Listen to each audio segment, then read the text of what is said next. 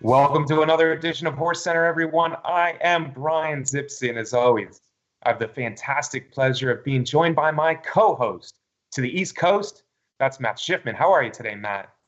Brian, I'm very good. And this year in racing is shaping up to be one of the best that we have had in a long time.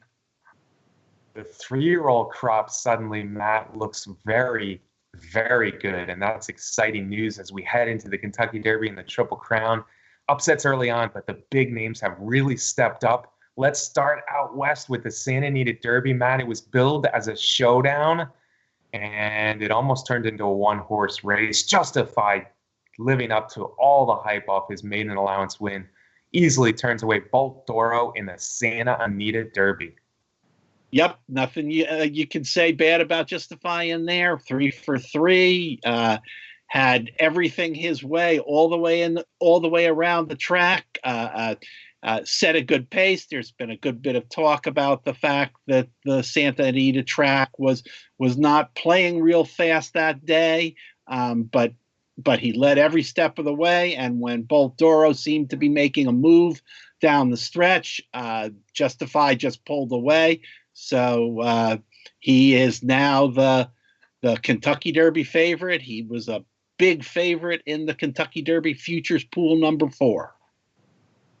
Yeah, Vegas loves Justify, and the future Derby bettors love Justify. Part of that, of course, is his connections. Bob Baffert is the most popular trainer in the country, I guess, as far as people thinking what he can do, special things he can do in big races, and he's certainly done a lot of it over the last 20-plus years, Matt. Justify will be a bit of a training job for Baffert, though, because, Matt, he started his career in February. He had a maiden sprint, he had an allowance, and now he had a Santa Anita Derby. As impressive as it was, folks, and I'm not saying it wasn't impressive, he was loose on the lead, and the fractions, I think Matt was kind. I think the fractions were quite moderate. I think it was an easy win. How many races do we see like this, Matt, where horse A has an easy lead over horse B, and that's the race? I think Bolt Doro was seriously up against it when Castellano decided not to let Bolt Doro run a little bit more after Justify. That's understandable because, Matt, I think Bolt Doro is thinking that their connections are thinking more about the Kentucky Derby than the Santa Anita Derby. So they took their shot early in the stretch, and Justify was left with a ton of horse. But it's just a different kind of race. Justify, as the favorite, will not be a horse I bet in the Kentucky Derby. Can he win? Certainly, because he's so talented. He could be the Apollo curse breaker, Matt. But I don't think he got much of an education out of this race. And I've seen a lot of horses impressively win 2 turns. One more thing I want to say, Matt, I'm talking too much here, but Scat Daddy, as good a sire as he's been, he has not sired horses who have won a lot of 2-turn races on the dirt, let alone a 1.25 mile classic races. So I retain my doubts, and as a pretty clear favorite, I guess, I kind of look forward to betting against Justify. Am I wrong? No, Brian, I don't think you are. And folks, you know, on the show in the past few weeks, you've heard me talk about Justify, and that I like Justify, and that I was very, very impressed with his early races, and I was impressed with his Santa Anita Derby performance. But we're heading to the Kentucky Derby, and it's pretty fair to say that almost no horse in that race gets everything their way. And so far in Justify's career, in his 3 races, he's had everything his way. And let's set aside that it's Baffert's horse and everything that's been said. That's a fact. And it's the Kentucky Derby, and at maybe 5-2 odds, I agree with you, Brian. I don't think he's going to be a good bet. Right, that's what we're saying. Certainly Justify could win. He could be the second coming. Santa Anita Derby left me thinking he's the same as the maiden race, the same as allowance. He's very, very, very talented. He could win the Kentucky Derby anyway.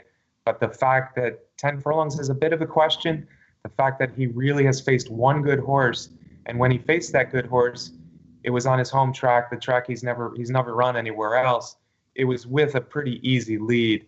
and it was at 9 furlongs, I think all leads me to believe that there's really good reason to hope that he can be beaten. And I tell you what, Matt, with horses like Bolt Doro and Good Magic and Mendelssohn and Audible and Vino Rosso and Magnum Moon lining up, this is a race where I want to beat the favorite. Bolt Doro ran a good race considering I think the race was won early on, where I said Javi kind of, you could see him pulling on the reins a little bit. He didn't want to go after Justify early, and that's fine. That's fine because it's not the Kentucky Derby. In the Kentucky Derby, Bolt Doro is going to be in the middle of the pack. I have a feeling he would have won the Wood if he was in the Wood. I have a feeling he would have won the Bluegrass if he was in the Bluegrass. So the only thing that really changed in my mind for Bolt Doro is the odds. He's going to get some odds in the Kentucky Derby, and if you were on Bolt Doro before, don't get him off. Don't get off him now just because he was wired by a really talented horse loose on the lead. Yeah, I agree with that, Brian. And speaking of really talented horses, Matt, it was good to see the 2-year-old champion of 2017, the Breeders' Cup Juvenile winner, Good Magic, come back and get only his second career win. But the Bluegrass was strong. It was a nice move forward off a disappointing Fountain of Youth, Matt. I had the pleasure of being there with you in person down there, right on the track, watching the race. Good Magic looked good. Maybe not great, but good in winning the Bluegrass Stakes. Yeah, he certainly did. He seemed to be feeling really good. He was very spirited pre-race, and like the Santa Anita Derby and the Wood Memorial, all three of these Derby preps this weekend turned out to kind of be a battle of two horses. In the Bluegrass for Good Magic, it was a battle against the tenacious competitor Flame Away. And I think that is probably the thing that impressed me the most about Good Magic is, one, that he was bouncing back and got the win, but he did it against a well-established horse like Flame Away that we know is a battler and a winner and a horse that really fights to the wire. So when Good Magic was able to draw off by a little bit and get a convincing win against a horse like that, that was a really good thing for Chad Brown and the E5 racing team of Good Magic. Right, and we saw Chad Brown when he walked down to the winner's circle up close, Matt. He was smiling ear to ear. So obviously he was very happy with what he saw in the Bluegrass. Again, second race of the year for Good Magic. Big improvement on the Fountain of Youth. And a pretty facile victory. He had Flame Away beat at the 8th pole. He didn't really draw off in any way, but he did plenty to win the race. You said a 2-horse race. I'm going to throw in another horse, Matt, just because I thought Sporting Chance really had a good chance to pass Flame Away at the 8th pole before all hell broke loose. Maybe even worse than what he did in the Hopeful. Just a horse who obviously doesn't like the whip and obviously still has some things to learn about being a racehorse, but Sporting Chance deserved to come down from 3rd to 4th for all his antics in the stretch. Free Draw Billy gets moved up to 3rd, clinches him a spot in the Kentucky Derby, but he just doesn't look like the horse that's going to win the Kentucky Derby. Kudos to Flame Away. As you said, he for Mark Casse, he runs his race every time in a nice horse. Now, Good Magic, Chad Brown, E5 Racing, Matt. If you look last year, he ran 3 times. Maiden race at Saratoga was good. The second place finish in the Champagne was better. And then clearly he moved forward to his 3rd start of the year in the Breeders' Cup Juvenile. The son of Curlin, we saw how good he looked in person before the race. I think Chad Brown has him on a very similar plan for this year. He ran okay in his first race in the Fountain Youth. He certainly ran better in the Bluegrass. If he can make that move forward again, and I think that's what Chad Brown's thinking in his 3rd race, I think he's a viable threat to get his second really, really big win come Derby Day. He's not going to be my top pick, but I'm afraid of Good Magic moving forward again. Yeah, and from the very beginning, Chad Brown said that that's what the campaign was going to be. It's the good old-fashioned 3rd race off a layoff heading into the Kentucky Derby for last year's 2-year-old champion. Good to see once again 2-year-old champion get his second career start. That's a little bit of a jab, but obviously a very good horse. All right, Matt, finally, the Wood Memorial. Speaking of horses moving forward at the right time, I really like what I see from Vino Rosso. The Wood Memorial was not the greatest race in the world. In fact, of these 3 huge preps, it was the least of the 3. but Vino Rosso has always looked to me a horse that will get 1.25 miles, more so than any of the big names on this list. I'm going back again, and I do this probably to my own detriment more than it's good for me. But I remember when Ali Sheba kind of developed in his 3-year-old year. Now, he had shown some flashes, specifically in the Breeders' Cup Juvenile too, but he ran a very rough, and he was really the cause of it in the Bluegrass Stakes. He ran a very rough Bluegrass, banging off horses. And then he showed that he was a 1.25 mile horse. He showed that he was a class horse. He showed that he was getting better. And then he showed that he wasn't afraid to get roughed up in the Kentucky Derby. Vino Rosso reminds me a little bit of that, because not only did he power home in the stretch of the Wood Memorial, bounce back from those Tampa Bay races where he probably didn't like the track as much as he liked the Aqueduct Racing Service, and he wasn't afraid to bang. I think all those things are good headed to the Derby. Yeah, I agree, Brian. Vino Rosso came back and coming around the turn, it was clear that jockey Johnny V wanted to try and get Enticed, who was to the inside, into tight quarters on the rail.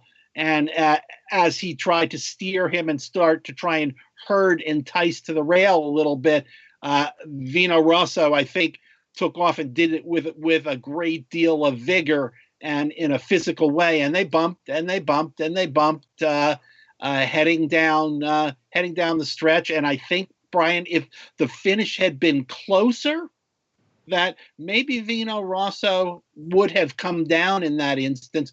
But I have to assume that he wasn't taken down because the stewards felt like he was the best horse and he was going to win the race.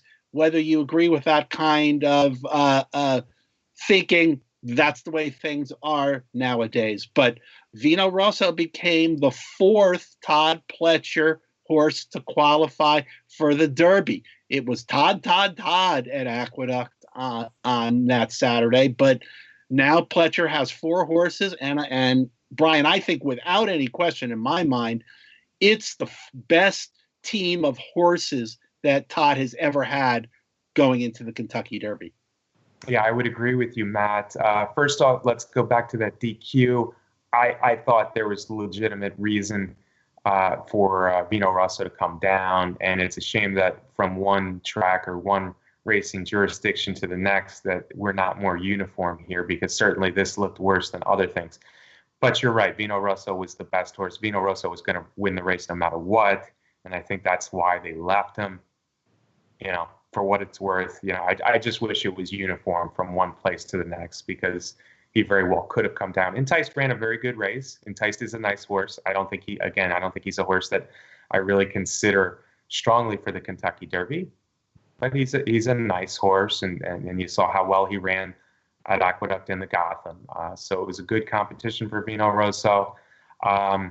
Yeah, Pletcher has 4, and they're a good 4. Vino Rosso I like as my top long shot right now. I know you love Audible, and I like Audible too. We got the Louisiana Derby winner, Noble Indy, and then Magna Moon, who we're going to talk about soon for the Arkansas Derby. He's already won the Rebel. So yeah, Pletcher's big 4 this year for the Derby are truly a big 4, and wouldn't surprise me a bit if he got his 2nd straight Kentucky Derby win. Big weekend for Pletcher, big weekend for the sire Curlin, big weekend for Johnny Velasquez too, Matt. Johnny Velasquez probably had his choice between at least 2 of these Pletcher horses, and he's sticking with Vino Rosso, the horse he rode in the Wood. Did that surprise you at all? Yeah, I think it did, Brian. And it was certainly it was a very interesting decision there, and part of a whole motion of things that happened with jockeys when Javier Castellano announced that he was not going to ride Bolt Doro any longer, that he was going to ride Audible. Right, and to be clear, let's go over that. Javi Castellano had the choice, it looks like, of Audible or Bolt Doro. He's picking Audible, and that makes sense to a lot of people. Audible and Bolt Doro both are certainly horses in with a chance in the Kentucky Derby, but Castellano gave the reason that he's sticking with Pletcher. Pletcher is one of his most consistent regular trainers, he doesn't ride for Mick Ruiz otherwise than these couple races he rode Bolt Doro in. So take that for what it's worth. Does Castellano picking a horse, or is he not sure which horse is better, or is he really just being loyal to Fletcher? We don't know for sure. He says it's loyalty. Both horses would be good mounts in the Kentucky Derby. So that left him with Audible, the horse he rode in the Holy Bull, but couldn't ride in the Florida Derby because he was in Dubai. Johnny V rode Audible there in his stead, and now Castellano will get back. Of course, Johnny V has ridden the other horses on this list too, so could have had a shot on Magnum Moon or Noble Indy, but he says Vino Rosso, which makes me like Vino Rosso even a little bit more, Matt. Yeah, I agree. Certainly he has been Todd's number one rider for 20 years or so, and I'm sure between them they had discussions, and along with Velasquez's agent, Hall of Famer Angel Cordero, and any way you think about it, you've got to give a little boost to Vino Rosso when you see that decision by the Velasquez team. And in my early Kentucky Derby odds, Matt, of course, we're pending on the Arkansas Derby here. I have Vino Rosso listed as the 7th choice, 15-1 or more. That's very attractive to me.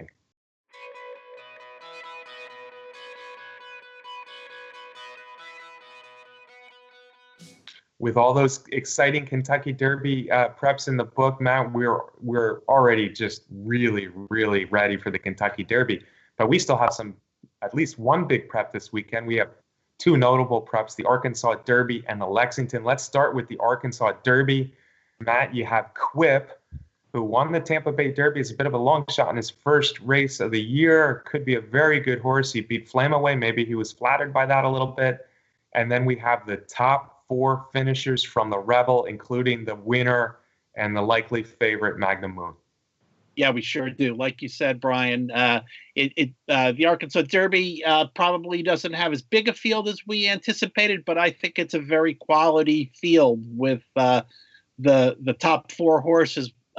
We've got Magnum Moon, who is perfect in his career, 3 for 3 in his 3 races this year as a 3-year-old. And it is a fact that Brian, in the last 5 years, the winner of the Kentucky Derby has had a perfect record as a 3-year-old heading into the Kentucky Derby.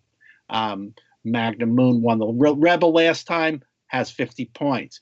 We've got Quip, as you mentioned, the winner of the Tampa Bay Derby, who has 3 wins in 4 starts. His only loss, Brian, came in that Kentucky Jockey Club as a 2-year-old, and that race turned out to be really key on the Derby trail.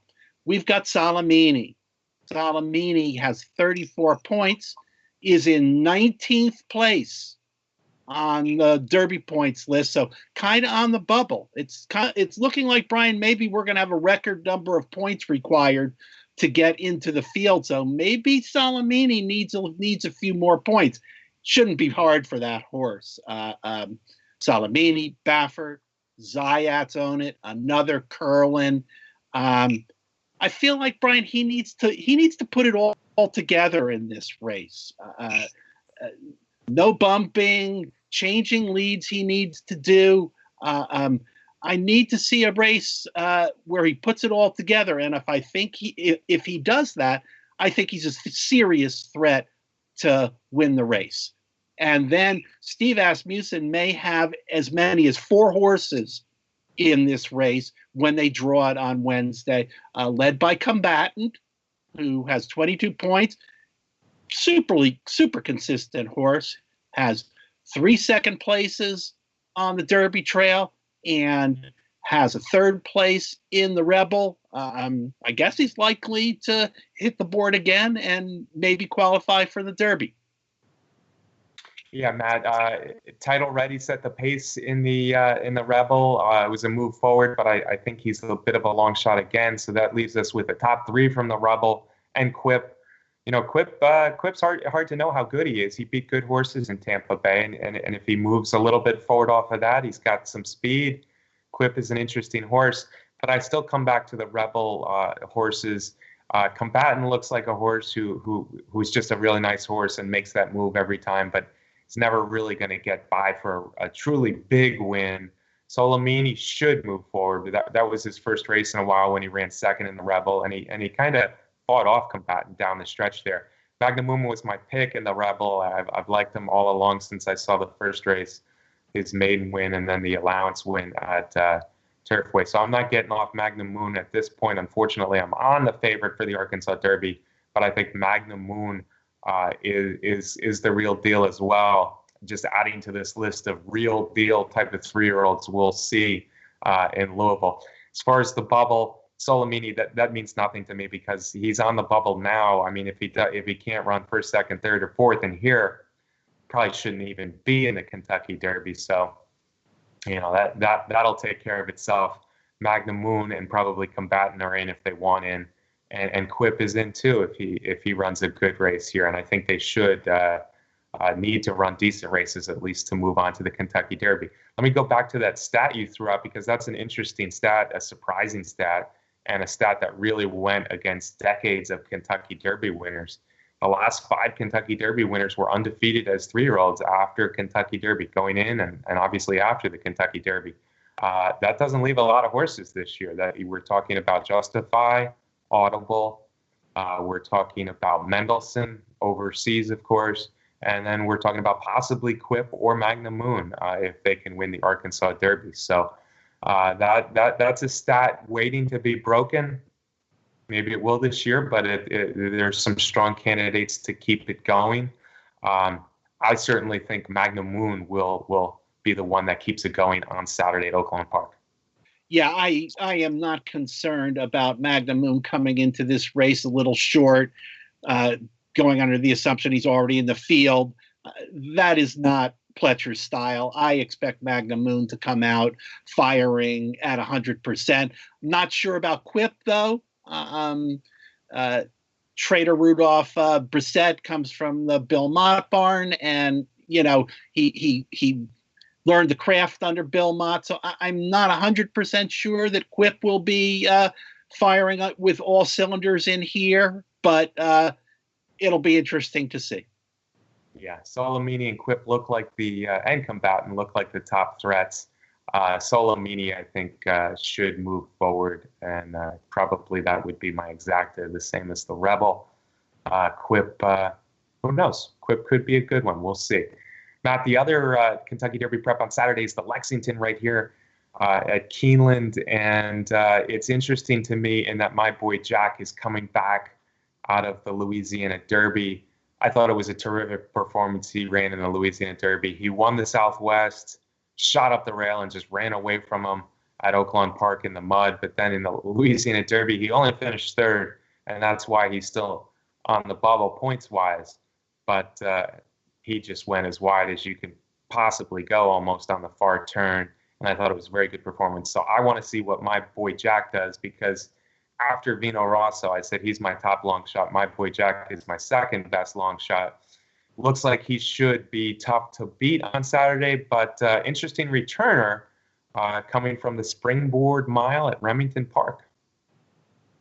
Yeah, and I give credit to the DeSarmo barn with my boy Jack for bringing him right back and trying to get the points to get into the big race. 20 points only for the win in the Lexington, 8 for second place. Either of those finishes should get my boy Jack in. And I think, Brian, you were referring to the return of Gravitos, who had looked very, very good in the beginning of the Kentucky Derby Trail with his win in the Springboard Mile, came out with some minor issues, physical issues after that, and then also had to survive the fire at the San Luis Ray Downs Training Center from the barn of Adam Kitchingman. So it's cool to see Gravitos back in here. Obviously, they're not prepping for the Kentucky Derby here. I think the word is that they're prepping for a start in the Preakness, and that seems like a good fit for this horse. Yeah, we talked about that the other day, Matt. I think the Preakness is this is a good Preakness prep for Gravitos, and he'll find a much smaller field in Pimlico, and coming back. He hasn't run this year, so he won the Bob Hope last fall out there, and then he won, as we mentioned, the Springboard Mile, which was over combatant. So it was a solid performance in Oklahoma to end the year, but he hasn't run at all this year, so he needs this race. My boy Jack certainly has an experience edge on Gravitas right now, but my boy Jack, a real potential Derby long shot, and Gravitas, who knows? A nice win here sets him up well for the middle jewel of the Triple Crown.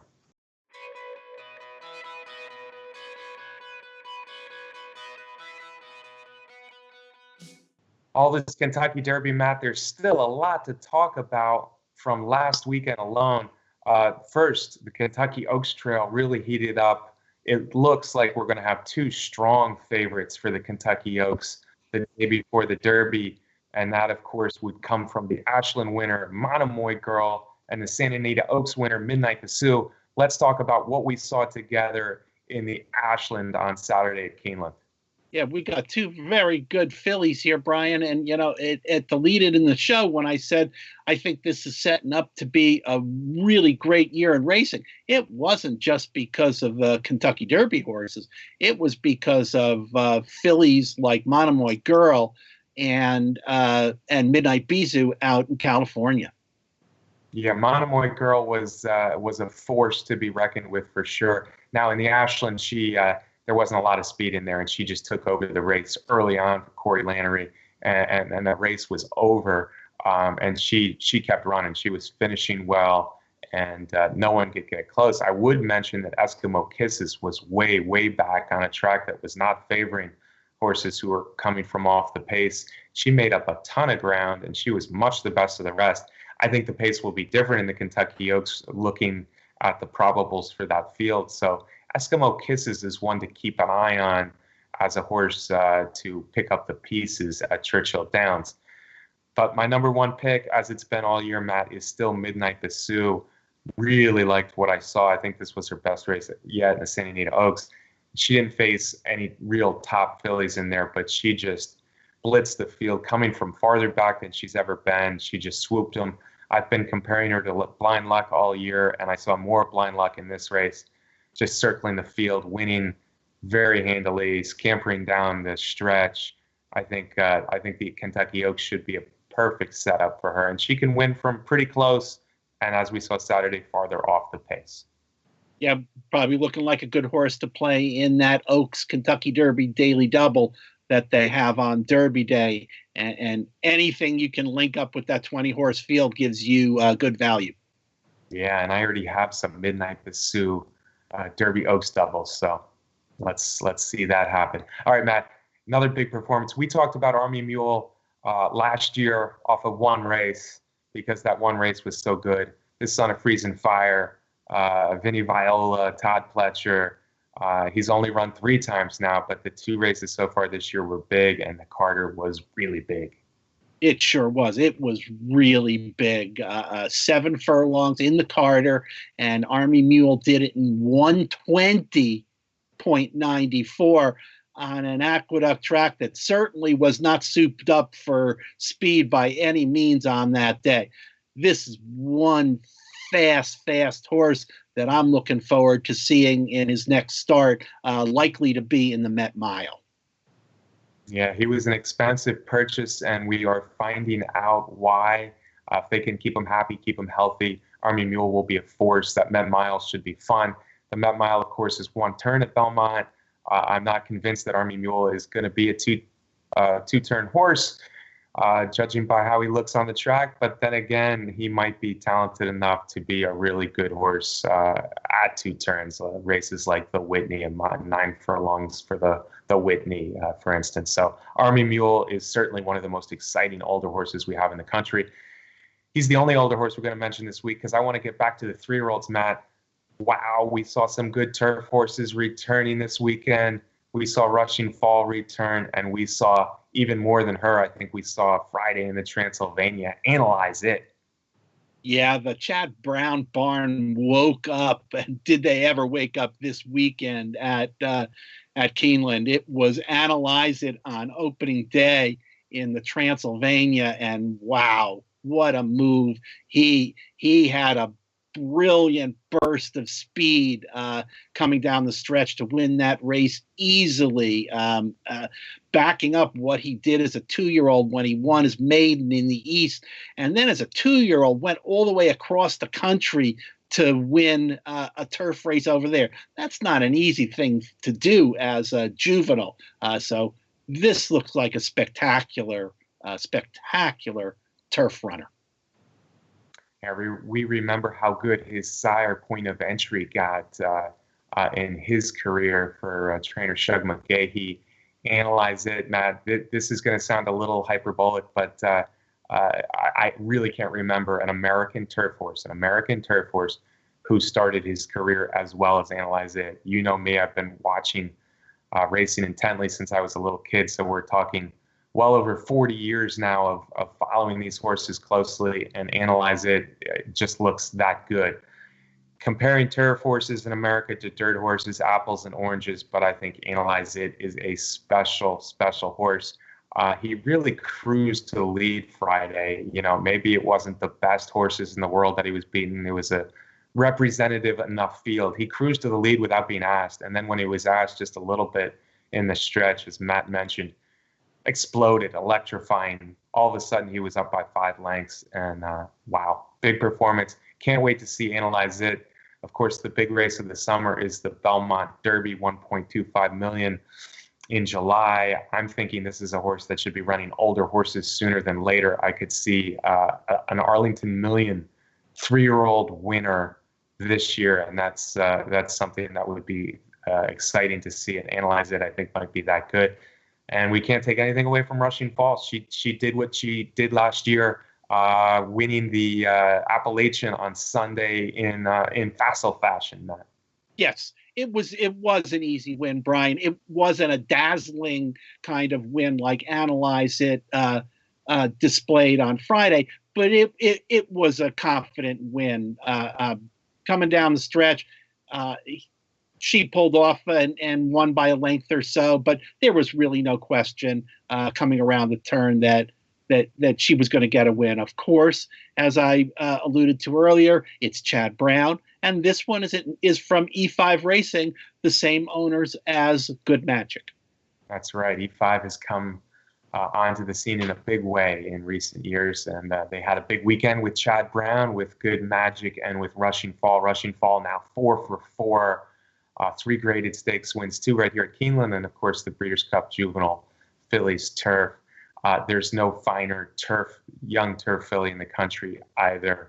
So a lot of good performances this past weekend, Matt. We loved it. And folks, if you're not excited about the Kentucky Derby this year yet, check your pulse, because this Derby is looking good. So many good-looking 3-year-olds right now are converging. Matt was saying how good a season this looks like, racing season. I'm not convinced yet as far as the older horses go, but the 3-year-olds, I am convinced, and we should have a whale of a Kentucky Derby. Matt, we got to thank our sponsor, Derby Wars, the best contest site out there. Folks, please do subscribe to our YouTube channel right here at Horse Racing Nation. Once again, Matt and I are going to talk a little bit about our partnership. It's Derby Day Racing. You can find us at derbydayracing.com. Matt and I are actively talking to potential investors. So if you're interested in getting into a new racing partnership and you want to work with the horse racing guys, HorseCenter guys out at the track and see your silks running with us, Matt, they can contact us now. Yeah, Brian, we would love to have any of our HorseCenter fans join us in that venture. And I'd like to say, remember, now that the next show, the Derby preps will be complete. And on our show, Brian and I will start talking about getting ready for the Kentucky Derby. We'll have our top 10 list. We'll start talking about the kind of bets that we'll be making and that you fans should be making. So please stay with us as we head to the biggest day of racing in the United States, the Kentucky Derby. And as always, I want to thank our producer, Brett Workman. Thank you, Brett. Thank you, folks. 3.5 more weeks till Derby. Follow us on HorseCenter. We'll see you then.